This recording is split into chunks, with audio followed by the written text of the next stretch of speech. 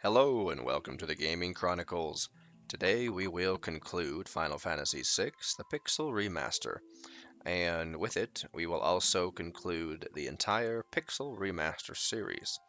So let's fire it up and get going. Alrighty, in our previous episode, we tied up some loose ends with Strago going and defeating Hydon at Ebot's Rock. We got a few blue magic spells for him. I think there are 5 that we're missing. Anyway, let's go ahead and, oopsies, whoa, we went too far. Let's go ahead and pushing the wrong button. Stop failing at life. Alright, there we go.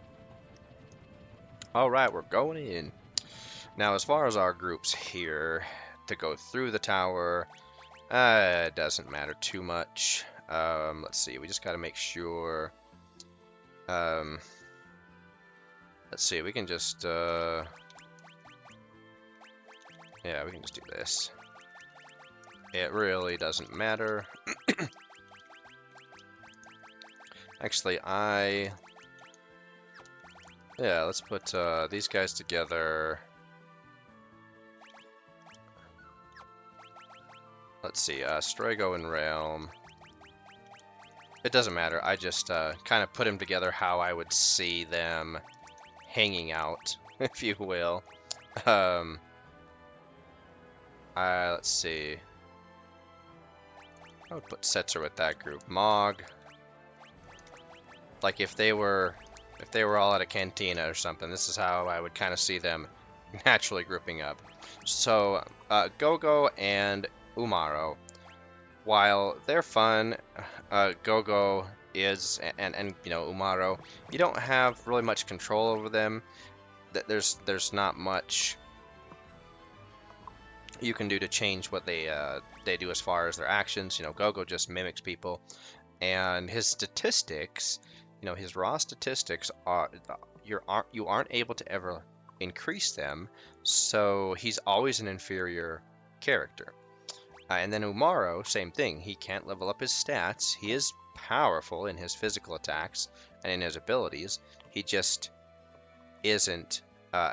You know, the potential of both of these two isn't as high as anybody else on your party.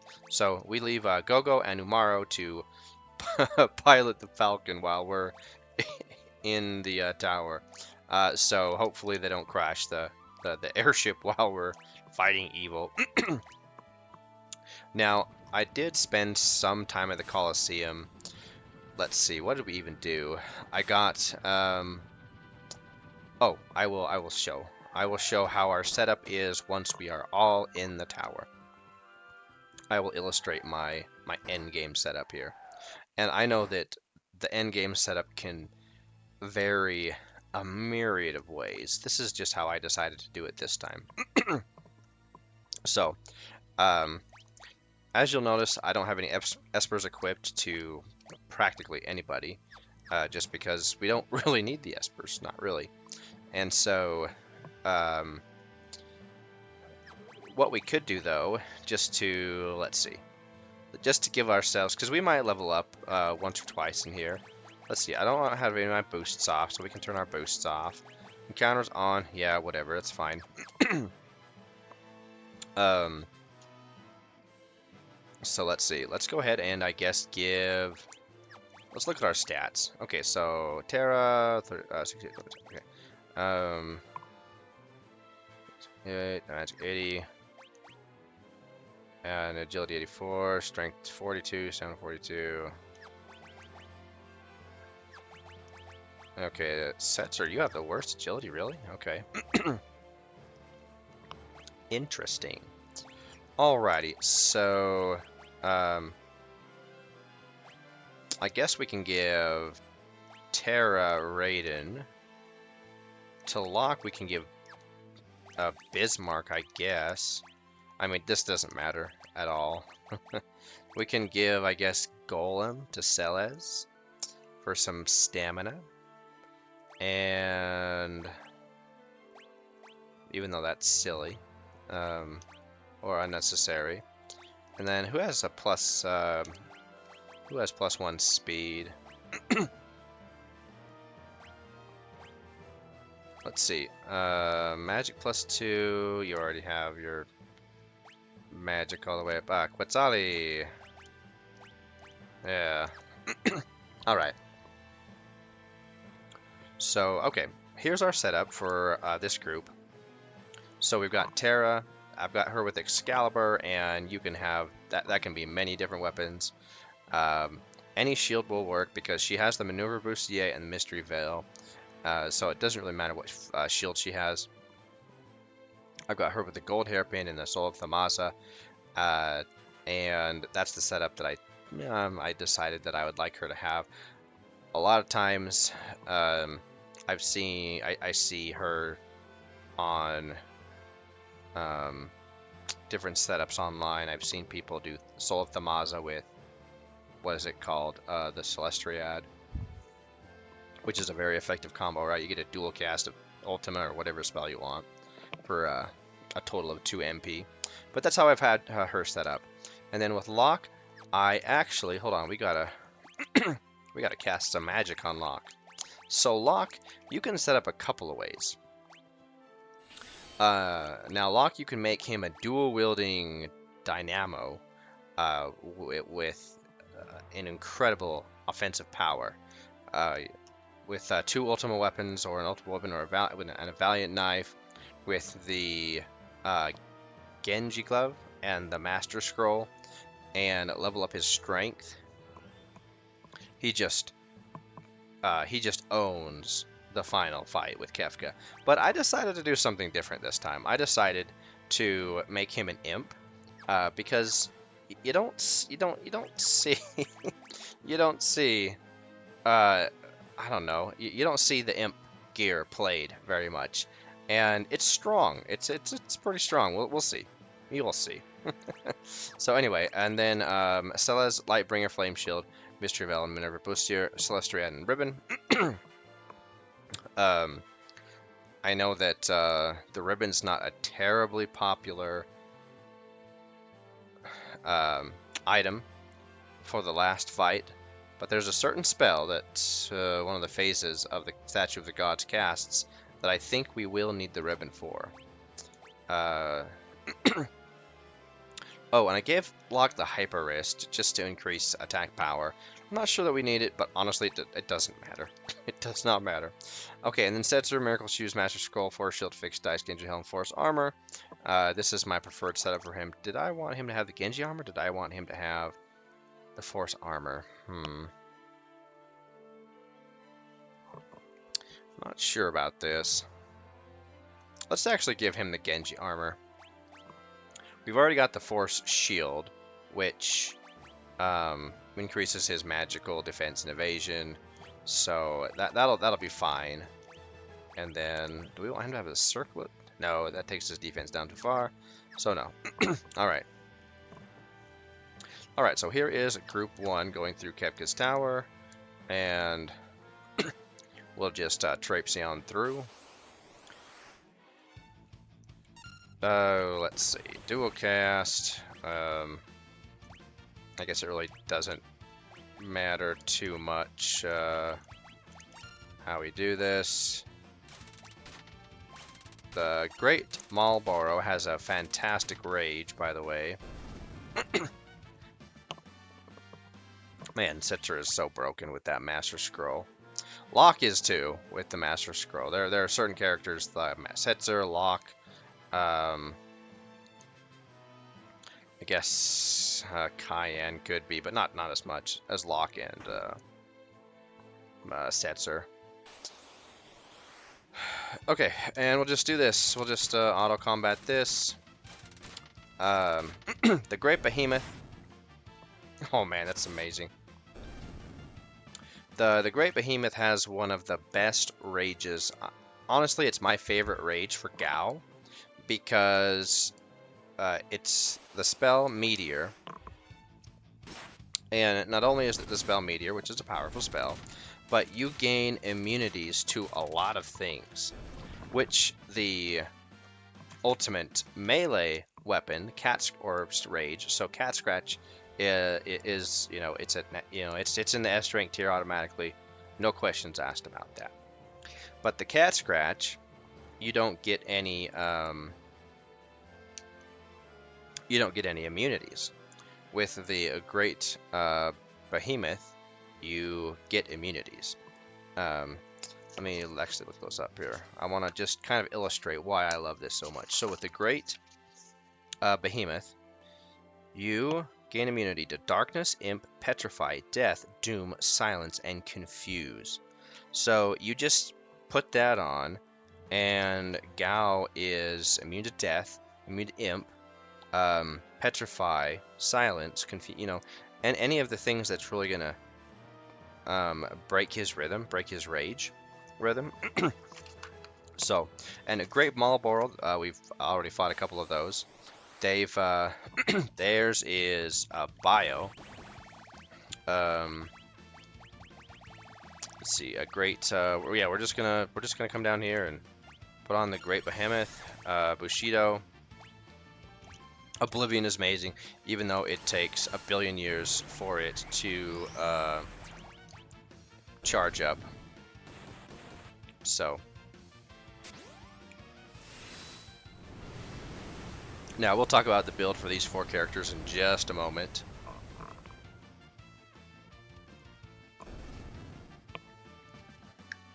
Hooray! All right, so I've set up Edgar. Let's see. I've set up Edgar as a Super Dragoon, as we can see. They got the Dragon Horn and the Dragoon boots. It's also a way.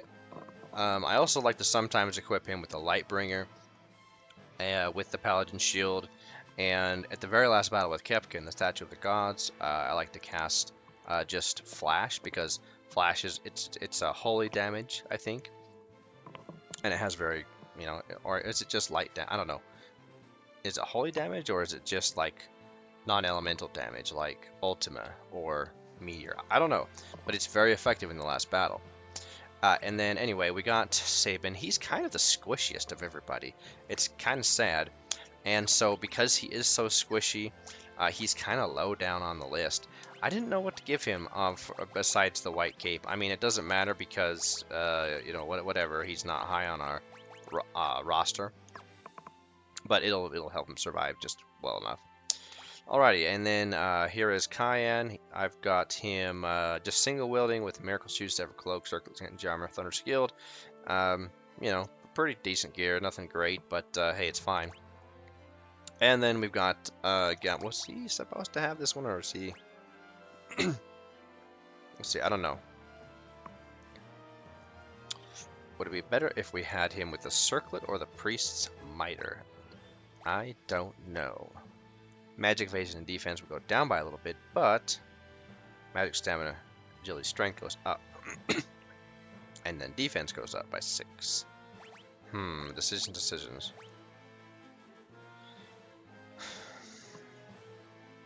Is the magic evasion and the loss of defense worth it? Whatever. Let's just switch them out. It's like I consider it kind of 6s. So that's our setup for these particular 4. Now, Cayenne is the only one who I have in the front row. Actually, we can just put you in the back row, because, yeah. Yeah, we'll just keep everybody in the back row still. That's one thing that I don't know if I've mentioned about Final Fantasy VI. It's very interesting in the sense that 99% of the battles that I take, I have everybody in the back row. Always. Always have everybody in the back row.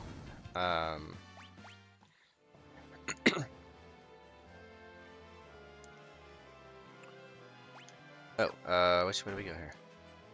I forgot already. Okay, yeah, that's the way we come down if we... Okay, yeah, never mind. Alright, there's that save point, in case we needed it. Ouch, this might hurt a bit.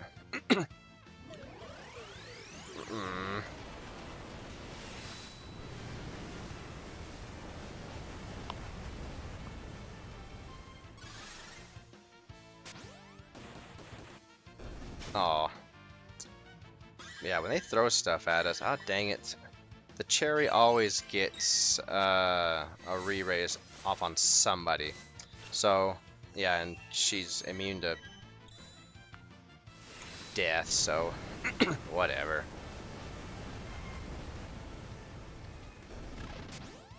Alright, and Edgar is going to take her to town. Nice.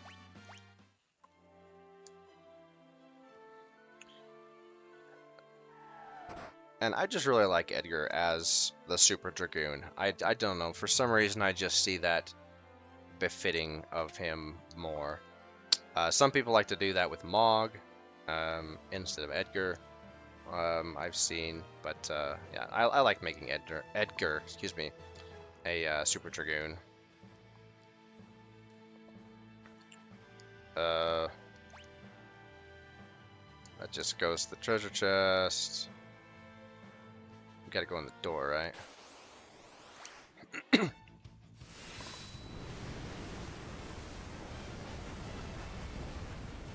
And as we can see, Rising Phoenix is quite formidable. Oh man, and that Haymaker ability, if it connects, does a fair amount of damage. All right, nice job, boys. All right, up we go.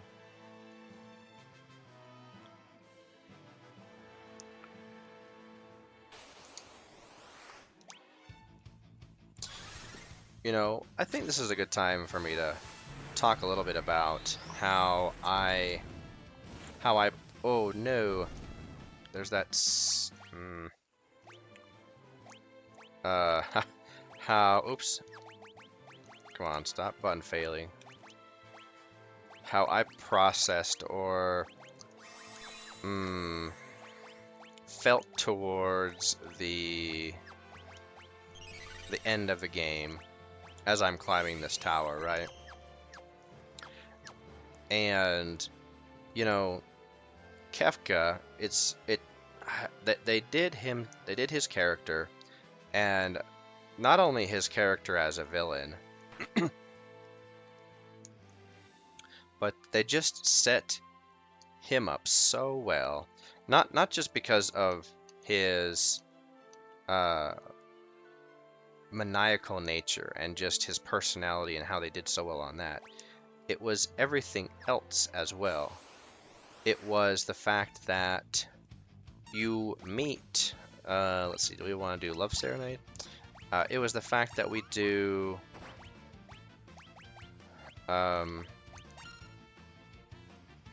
let's see, we want to throw, let's just do regular shurikens.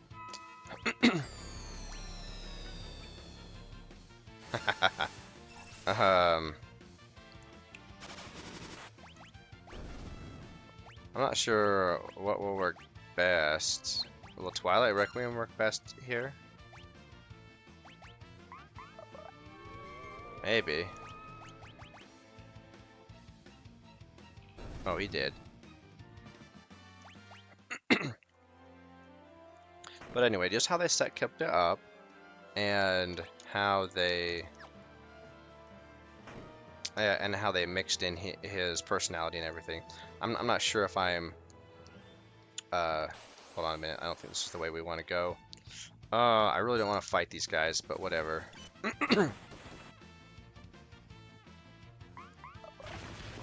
Is that even gonna hit them? Oh, I don't want to. Very nice.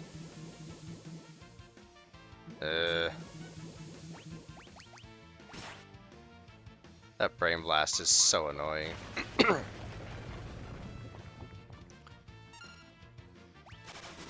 Okay, let's just thunder him.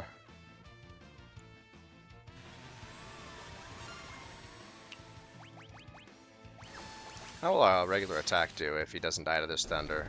Okay, he died to the thunder. Never mind. Yeah. Yeah, this isn't the way we want to go. Go back.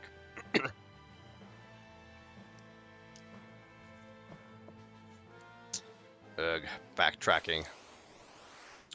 Alrighty, anyway, so Oh, nice. We got the poisonous frog. Sweet. So we got to take out 4 of them. I just love how they can stack. Not. The first time I played through this and I wasn't paying attention to the fact that they could stack. I'm like, wait a minute, why do they keep respawning? Well, no, it's that they're a stackable mob, and I totally missed that. I thought the game was glitched or something.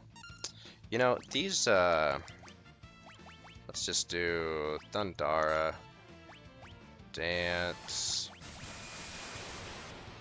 Love Serenade, Magic, Thundara, throw Lightning Scroll. Oh, that's gonna, oh, never mind, it's not gonna kill him. That will.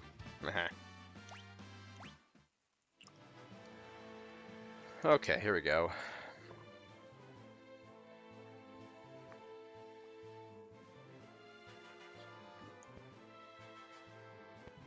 Alright, as I was saying, do we need to replenish? No, we do not. With Kefka. So, first of all, we have the fact that they, you know, they created this, this crazy, personality. And then on top of that, they create this,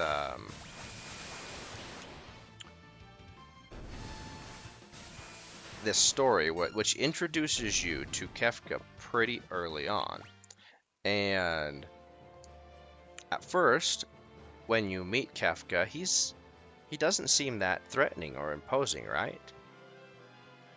He seems just like this nut job that happens to be a general in the in the army, and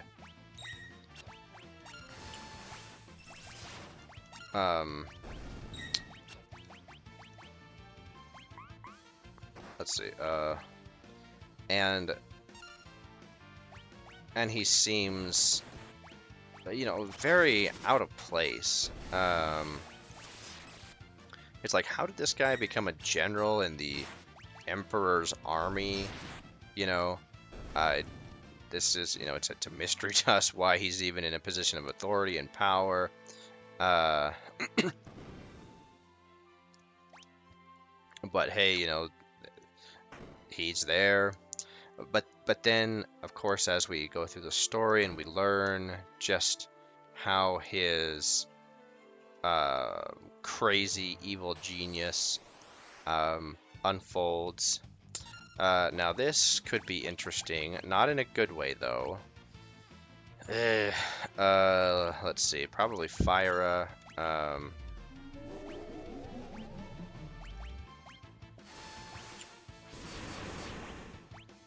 Okay, that did good. Let's see, Dance. Let's try Love Serenade again. Flame Scroll. Okay,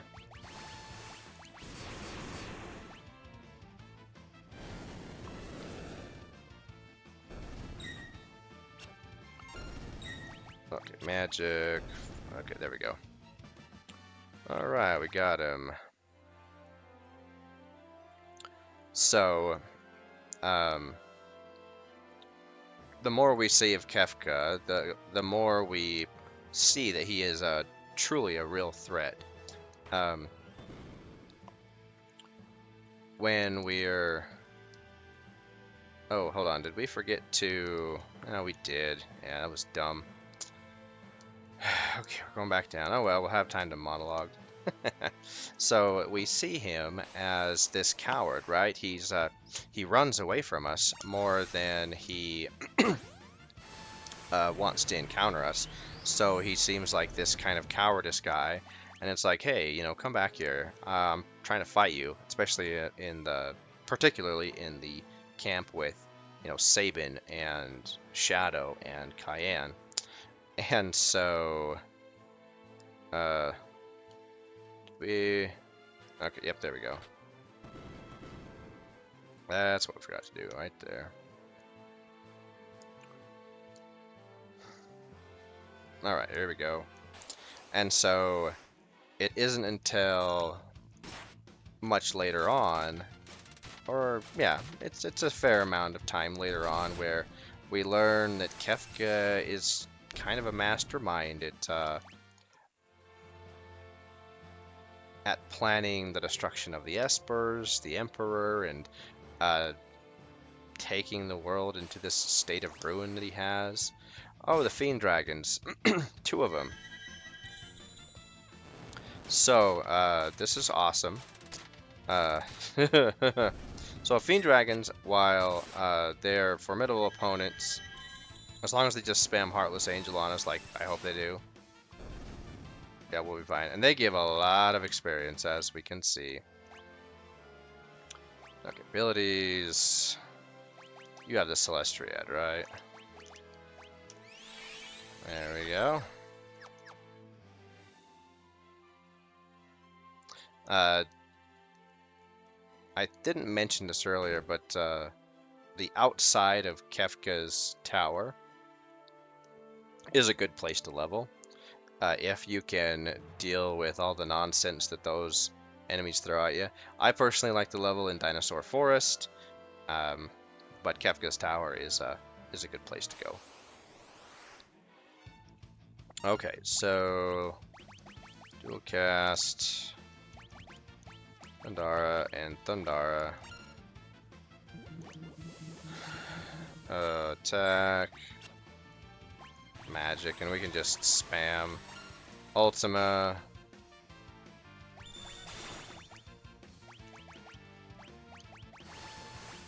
Did. There we go. Yep. Span Ultima to win. Let's see, we need to go... Yeah, it doesn't matter. Oops.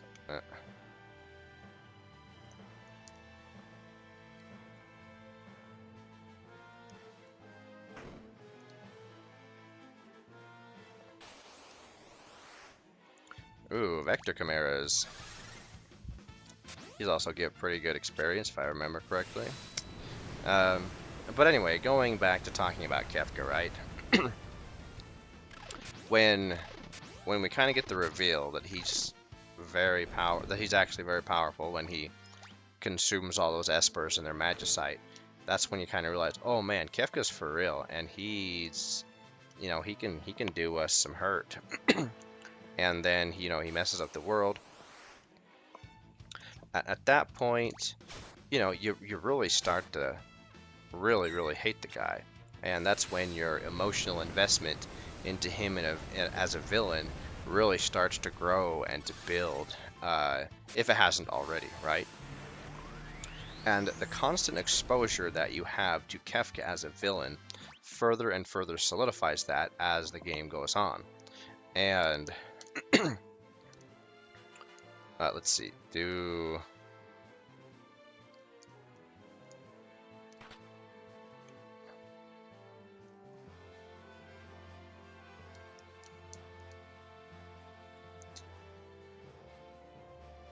my bad. There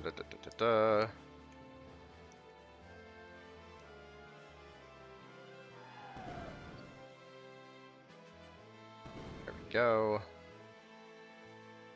Alright, now we'll take you inside here.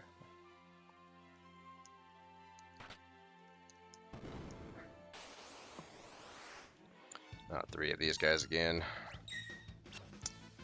Good job, Gal, for blocking that brain blast. The robots in here, yeah, they're just unpleasant. And I prefer not to deal with them.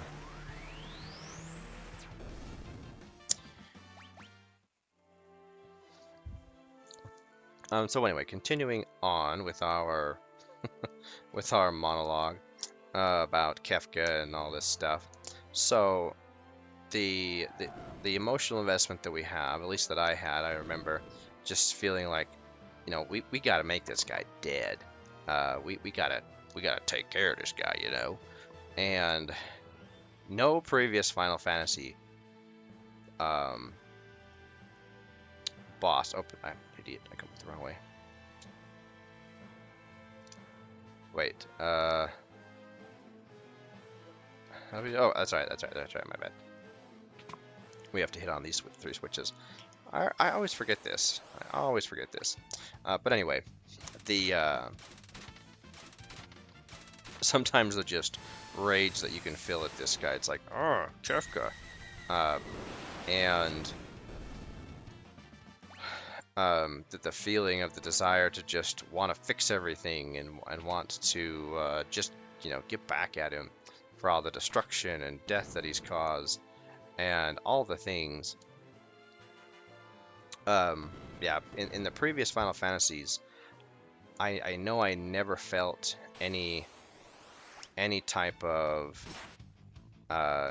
just emotional investment towards the villain as far as wanting to get him than I did with Final Fantasy VI, or for many other RPGs for that matter. Because if we think about Final Fantasies 1 through 4, you have, well, in 4 you have, is it Golbez or is it? I mix them up. Yeah, it's Golbez, who is your enemy for most of the game, but then the final villain reveals himself at the very last moment, almost. It's like all of a sudden, oh, we're going to the moon and we have to fight this last boss. It's like, what? That doesn't make any sense. So anyway, that was like weird to me and Final Fantasy IV. Otherwise, great game, right? And great story. The end of it though was like, I don't get it.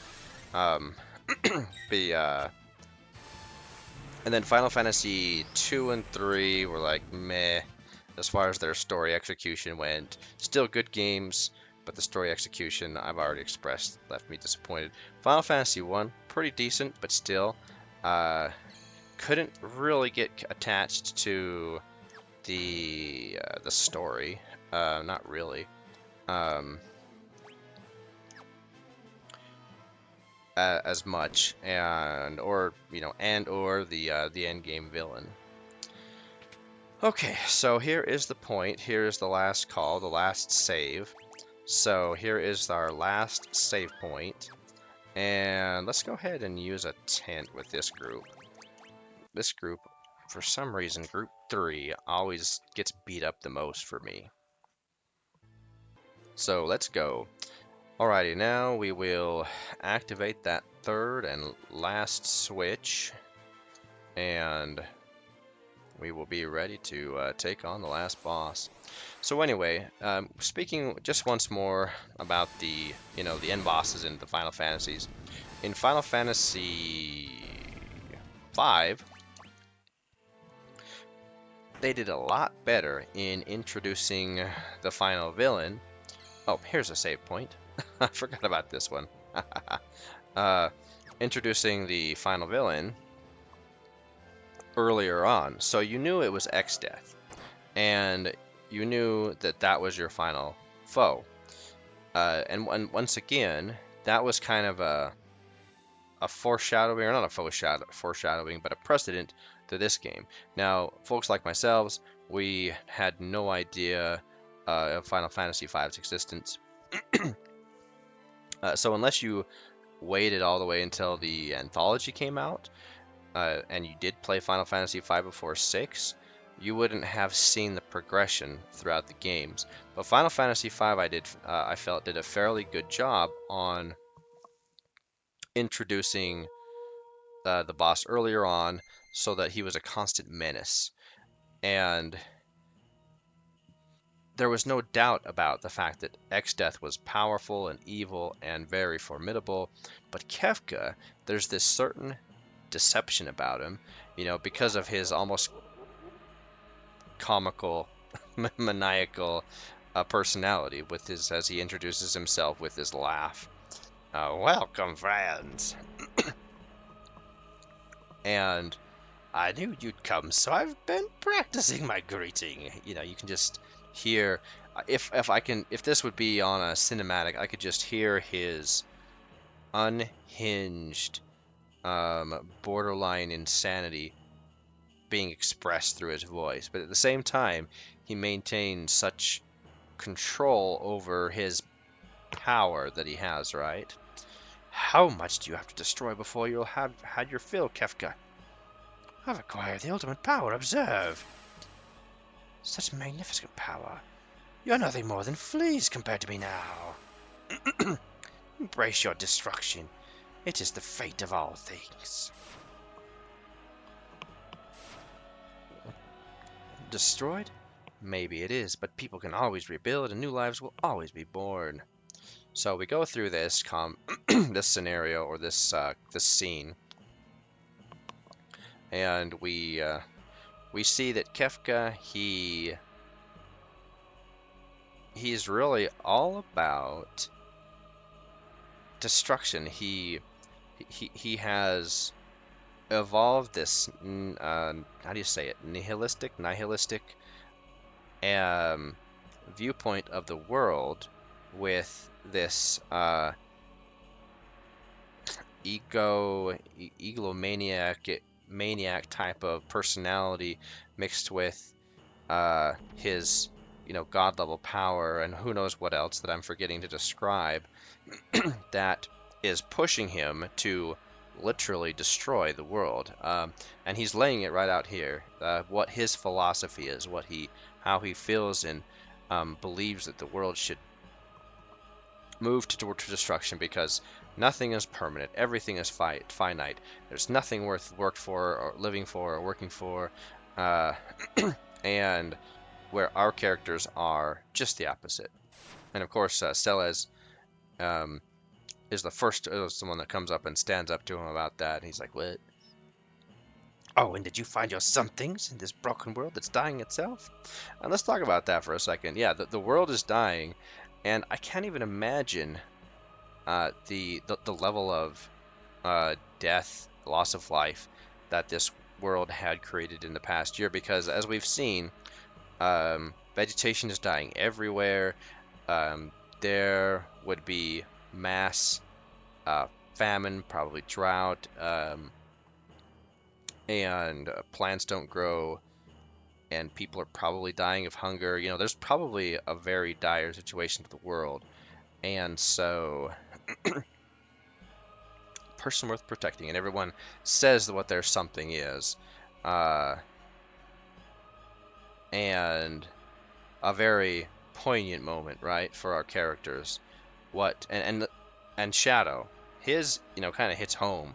Friends and family.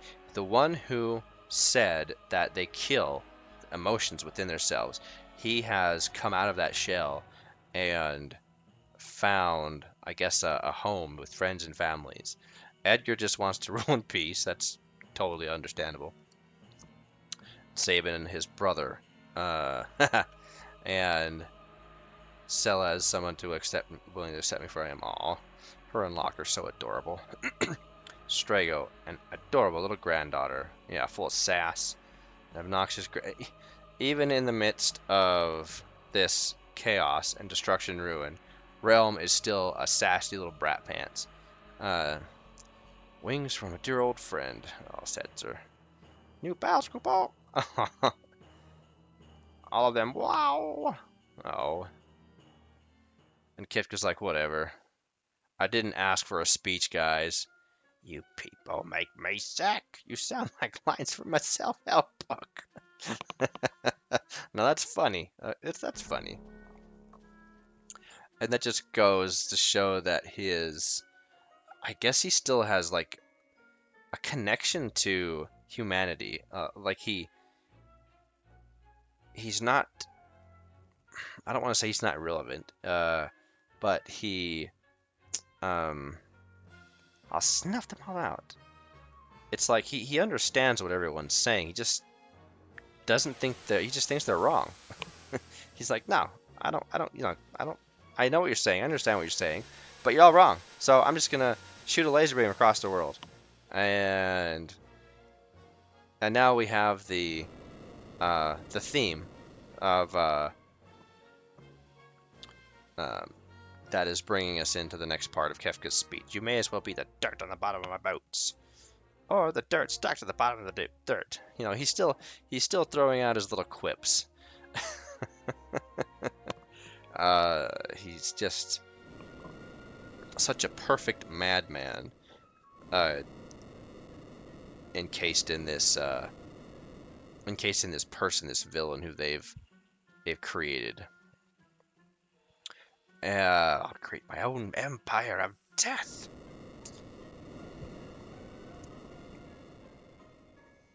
And we're like, nope, don't think so. And Kefka is adamant that he doesn't want what fun is destruction if no precious lives are lost? Okay, and he's got more laser beam for us. Just can't leave it alone.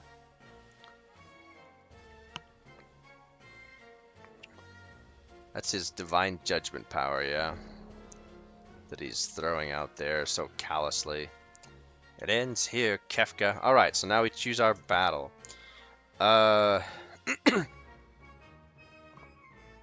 Who has... We don't have anybody with... that guards against instant death. So someone... There will be at least one person who bites the dust. And...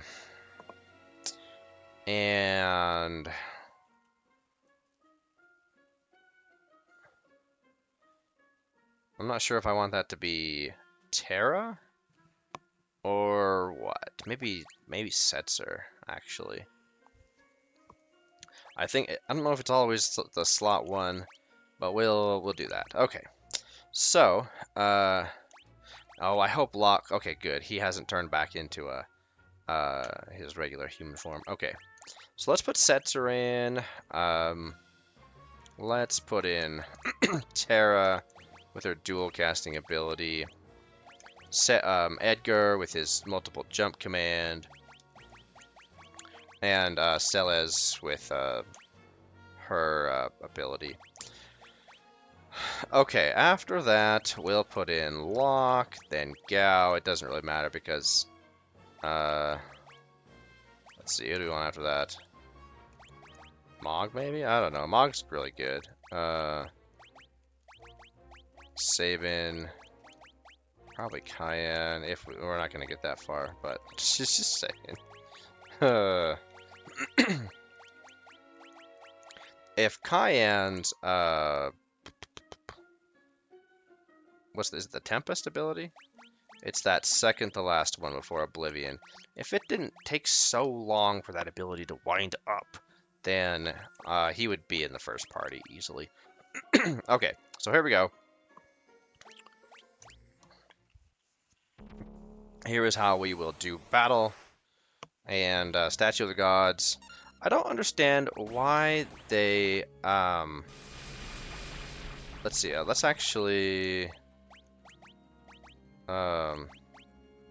where's... let's cast some... Let's see, dual cast. I don't think Re-raise has any effect.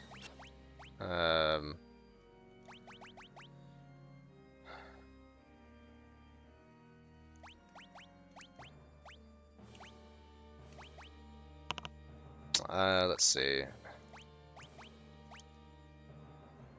Speeds of the flow of time. Yeah, let's just go ahead and cast Hestega on everybody. And...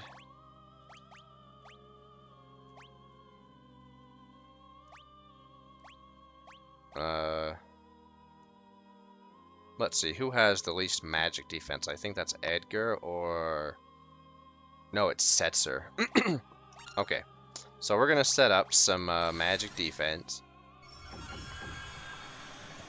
We'll just keep attacking with you. Missed. Oh, you already have it, derp. Idiot. Alright. So... we'll just keep doing dual cast. We'll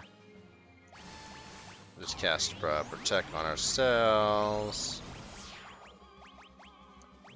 Oops. And on Edward.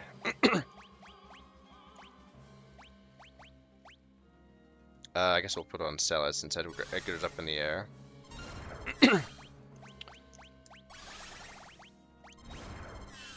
Let's check health. Health's good. This will probably end the phase, yeah. So, okay, we got one down. Dual cast. We'll do protect on. All right, everybody defended Quake because we cast float. And those 3 statues of the gods are down. They used to have names, didn't they? Yeah, they used to have names. Like that guy was like Goliath or Titan or something, and this one was like Panther or Tiger or whatever. Okay, what were we doing? Attack and then dual cast. We were still trying to get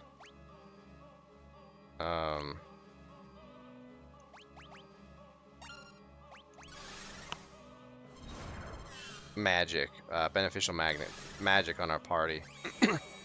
I think we're into the what's it called? The Dancing Mad.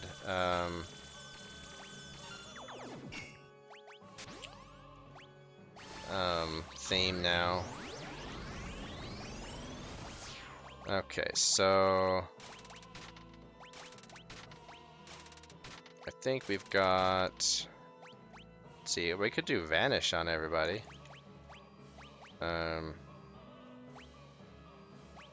Let's see, Protect.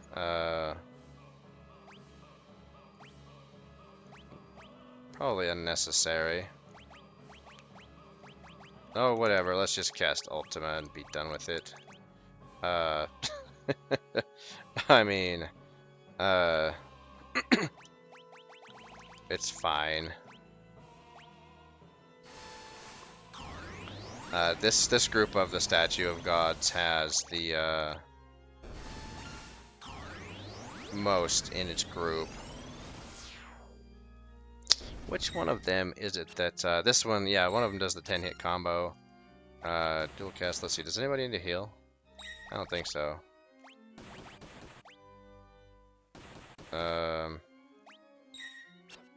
Well, while you're doing 10-hit combo, let's see. There it is. There's the Graviga. Oh, did you really just dispel?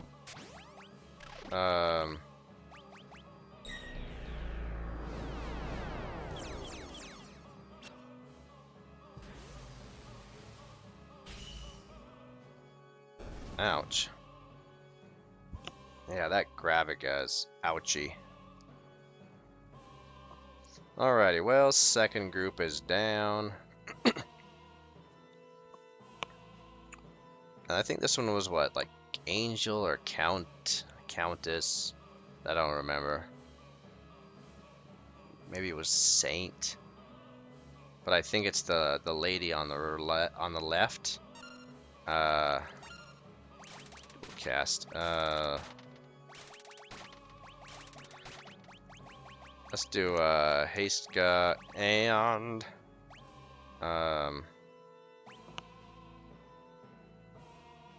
I guess Protect. Magic. We'll heal everybody up. Jump, Edgar.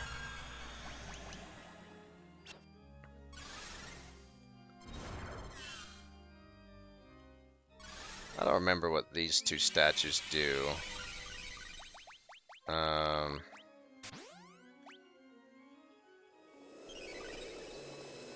Oh, okay, that's one thing they do. Oops. No.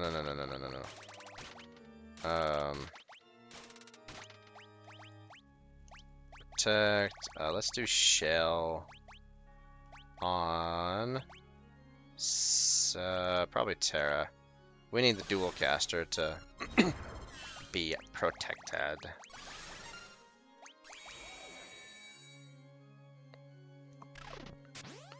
Alright. Repose, that's it. That's the one. Bleh, he's dead. And it seems like it's always slot 1. The first person who bites the dust. Sorry, Setzer. But it seems like it's always in slot A. So now we have Terra, Edgar, and Celez with Locke as the imp. Alrighty, and we're back to the theme as the game was introducing itself at the very beginning. Full circle with the villain, with the music, with everything, and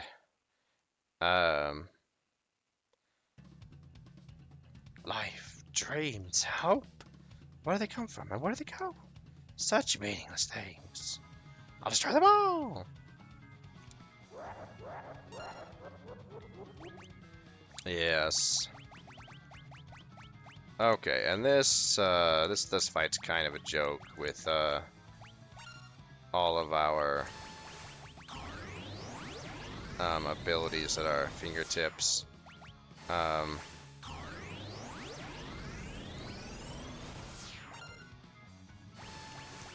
And I just love Locke being an imp. I don't know what it is about it, but I just am highly amused by by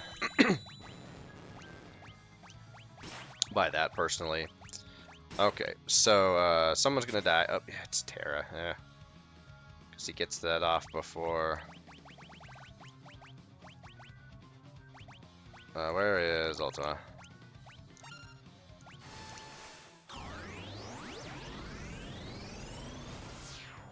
Oh, we forgot to. Terra was gonna be the one who casted Kiraga, but anyway, Edgar finishes him off with a jump.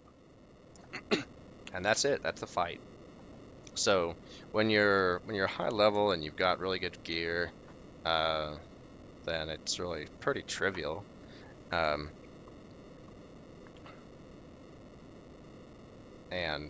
Kefka disintegrates into pixie dust essentially. But that is so satisfying the very first time you're able to, you know, climb the tower, defeat all of the bosses, and then the statue of the gods, and then Kefka. The satisfaction of that win, of that victory, is one of the most satisfying moments, I would say, of most video games that I've played. There's no time to lose. Here come Umaru and Gogo. Hey, who's driving the ship? And Terra, of course, she's fading, but she's going to use the last of her powers to help us out. Oh no, all of our magicite is going away. It's a good thing we learned all those spells. Magic is disappearing. What'll happen to Terra? Well, we'll find out, won't we? I can use the last of my power to guide you out. She is half human, after all, so maybe she'll survive.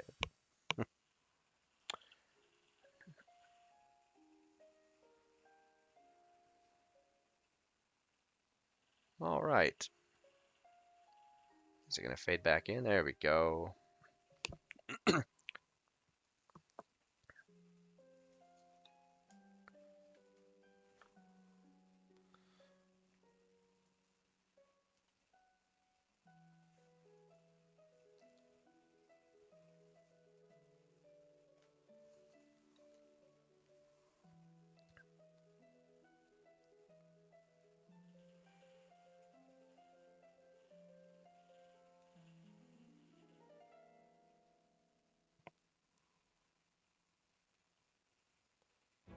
And there we go. Cut to the scene. Cayenne as Cayenne Garamond.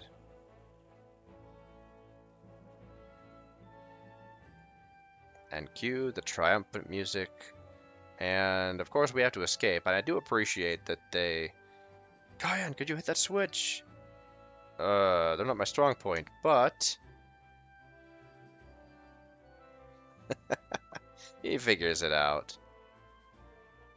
He overcomes his fear of mechanical devices, and he does it. I do believe I am getting better, though.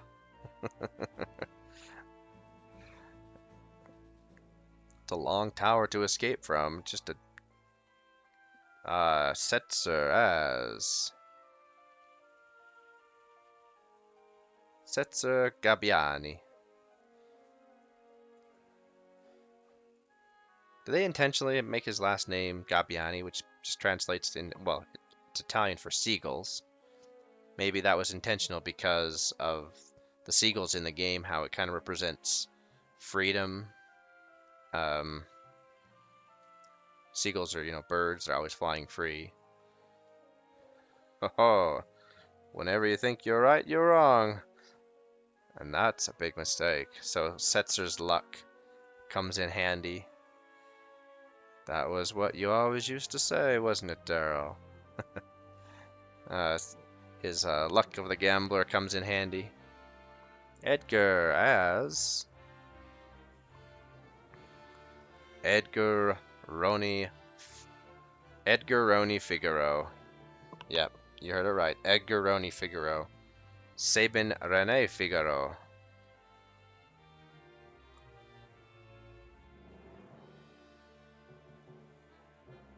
This door won't open.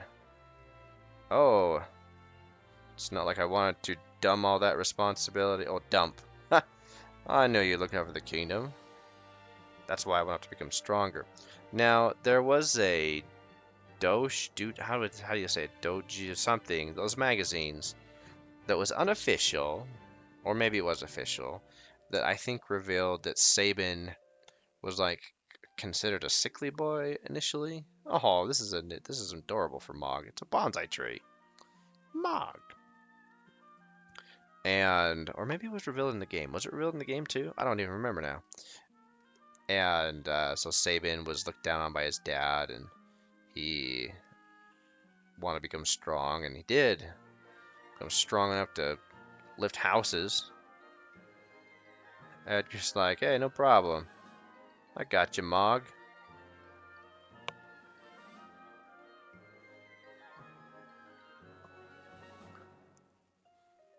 You hook him by his little thing on his head. Oh, the fur. Watch the fur. I'm not a stuffed animal. Kapow. Oh, yeah, it's all fun and games, guys. We're just laughing and joking as we traipsy down the aisles out of the tower. Umaro as himself. Hey, look at that.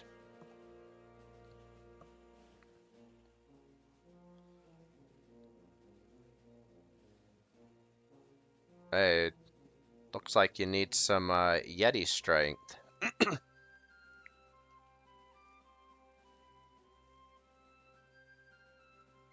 Oh man, he's just gonna make a new door.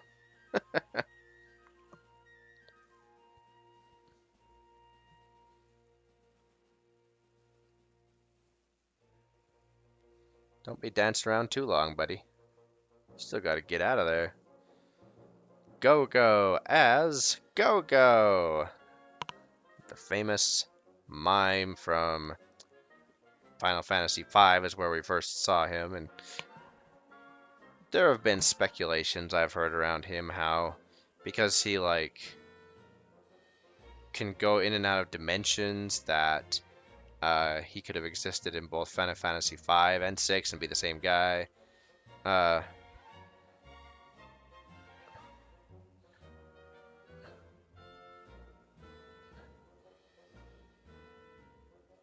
and there he goes. He just disappears.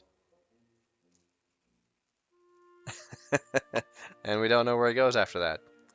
Gao as Gao.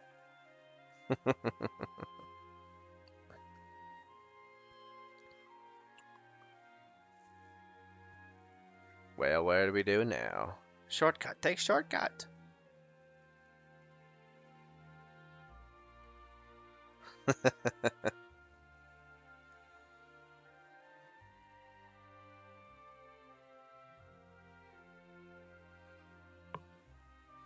That was a pretty good shortcut, gal. He's like, we gotta get out of here now. Just ride the rolling rocks down the mountain of garbage and debris. Alrighty, now we're to Lock, finally. Lock, Cole, and Celes. As Celes share,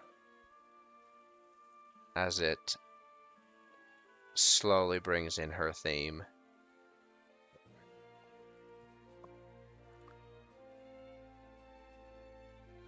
Now what? No! She can't abandon the bandana. The bandana that gave her hope to find everybody and to bring the group back together. I won't let go, I promise.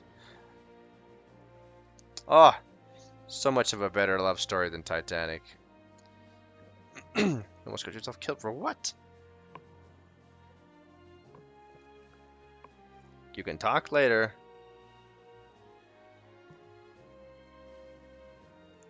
Get all mushy later about the bandana. You gotta get out of there. And Tara as Tara Branford.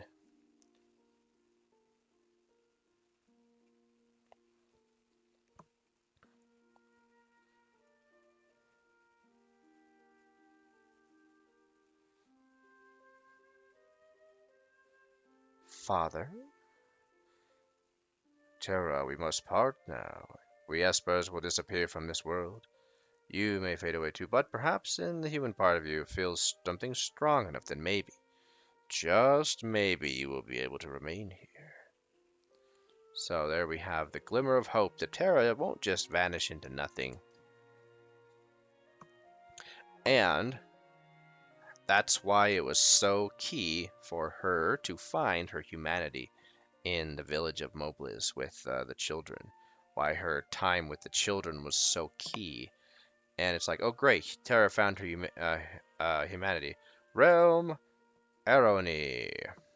But, you know, in the end, what of it? Well, in the end, that's what allows Tara to stay. Grandpa, don't give up. You're gonna have to push him, Realm, or carry him. He's a 7-year-old man, and he just climbed in a mountain of garbage and debris. And so, you're gonna have to help him out. I'd like to paint your portrait.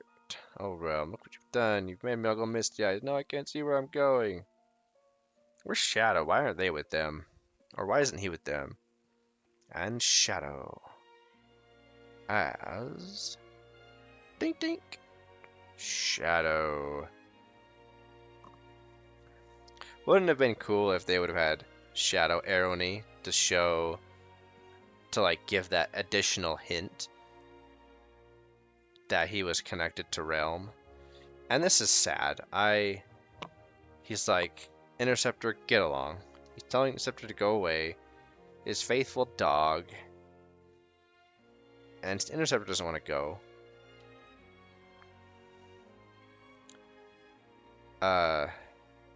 But Shadow believes that now that his mission is over to help save the world, he can go into the next life and find his partner, his buddy, Strago Magus.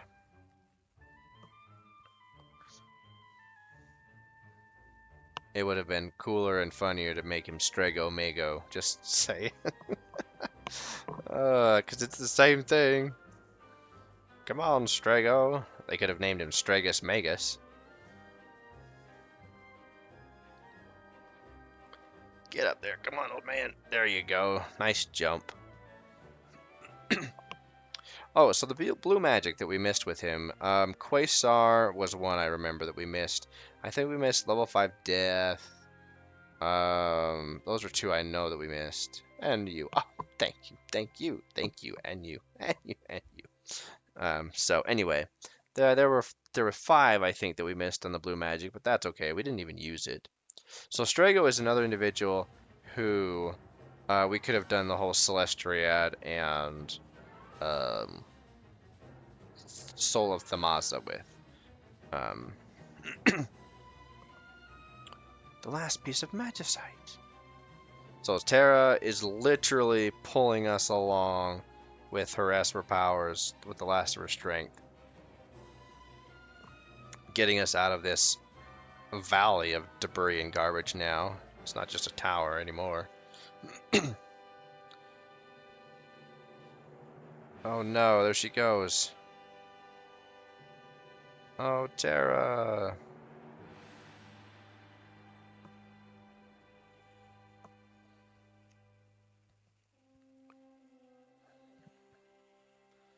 Now the world is beginning to be restored.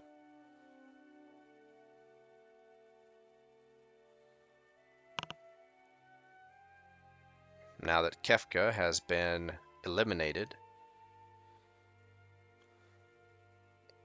and the influence of magic has left the world, that means all of the corruptedness is left, right? I'm guessing that that's how it works. So she's giving birth to her baby, I think is what's supposed to be happening there. And the sky is now blue. The clouds are fluffy. Not yet. And the world of ruin has disappeared. Not yet. And I've never looked this up or tried to look into this really. I've always liked to just reserve it to my own interpretation that Terra's very last bit of power and magic and magicite, the very last bit of magicite power that remained, was used to reverse what the world of ruin did. And Setzer, mad pilot skills for being able to dive and save Terra. Amazing job, man. And off we go. So we see that Terra survives because her humanity was strong enough.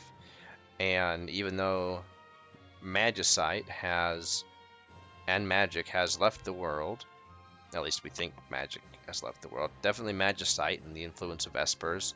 The Warring Triad has been done away, so there's no imbalance anymore. The world has returned to its balanced state since the threat of magic destruction and catalysm has been eliminated. So overall, this story, this game is fantastic.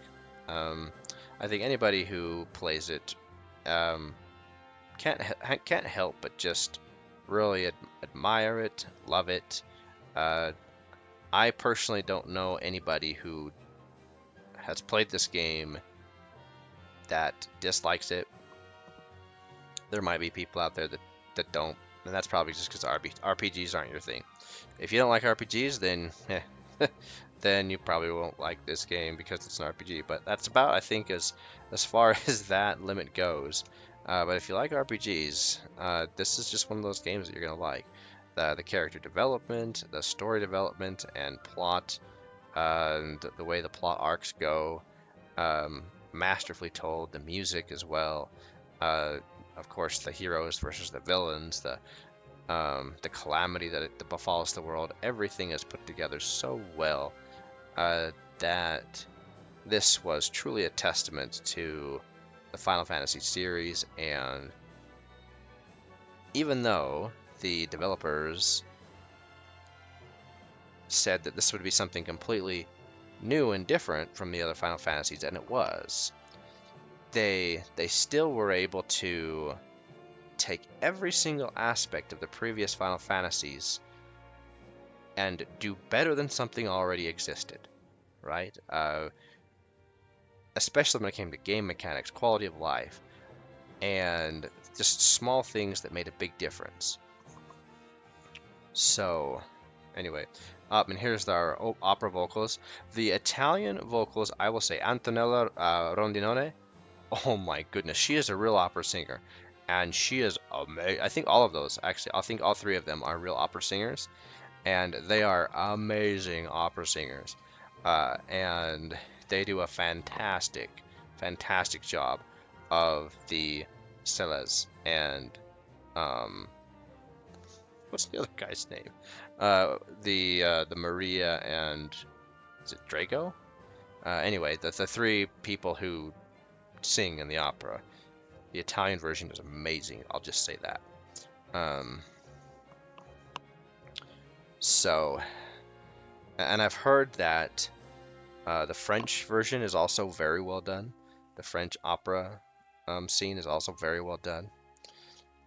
And I think the big difference between um, well, the Italian and the English is the English singer for Maria.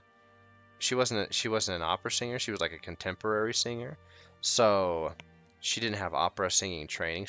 She was still a very good singer, just didn't have opera singing training. And I wonder if that's what they were going with, to be honest. I wonder if that's what they were going for. But the Italian opera um, scene is very, very, very good. So anyway, and I'm guessing that they did that in English because so they wouldn't be so overbearing. Because honestly, I think that those who are native English speakers, they don't have the same cultural background as an Italian would with opera. Um, it's that's just kind of how it is. So having, I think, a contemporary singer with a very strong voice, like they do in the English, I think was a better option than if they had tried to make an English opera. I think that would have been overbearing to players. Players would have been like, "Why? What's this?" Or like, "Okay, that's weird." I think that it was done just right, honestly. Um, if we're comparing the English to the other languages, I don't know about any of the other languages, Japanese or French or whatever. German, I think, was one of them. All right, but yay, everyone's alive. And was it Final Fantasy 2? Final Fantasy 2 was the game that we actually saw permanent loss of life in characters who joined the main party. Oh, the little baby, it's so adorable. That is the most adorable Pixel Remastered baby that you ever saw. Look at that ding. What a little bundle of adorableness. Um, so anyway, and now the kids are like, yay, we can go play outside now without fear of Humbaba or any monsters coming to kill us. Um, and the world, as we see, it's not perfect. It doesn't, switch back automatically to sunshine, rainbows, and the plants don't magically turn green. But but now people can start to rebuild. People can start to regrow, um, and people can start to flourish again and prosper again.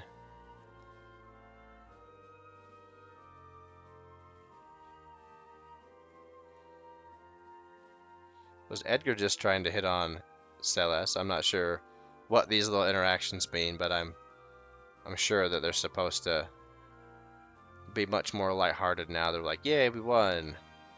I don't know. I would Edgar's Edgar and Realm. Yeah, don't go there. Um, and he wasn't the governor. What was he? The minister? Minister. Props to the minister for holding down Figaro Castle while Edgar and Sabin are away, saving the world.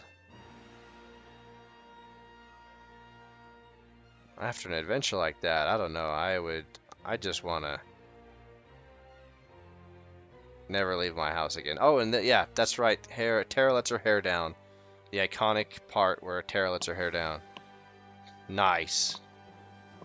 Does not disappoint. And we have flocks of birds.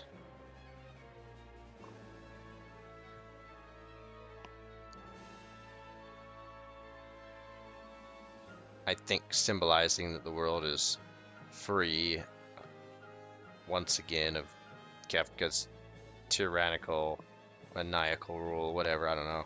The Lathe River is flowing clean once again. The Phantom Forest has been restored to its rightful place so that the people going to the underworld or wherever can do so peacefully. I don't know.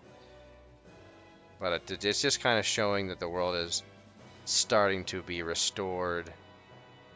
Um, and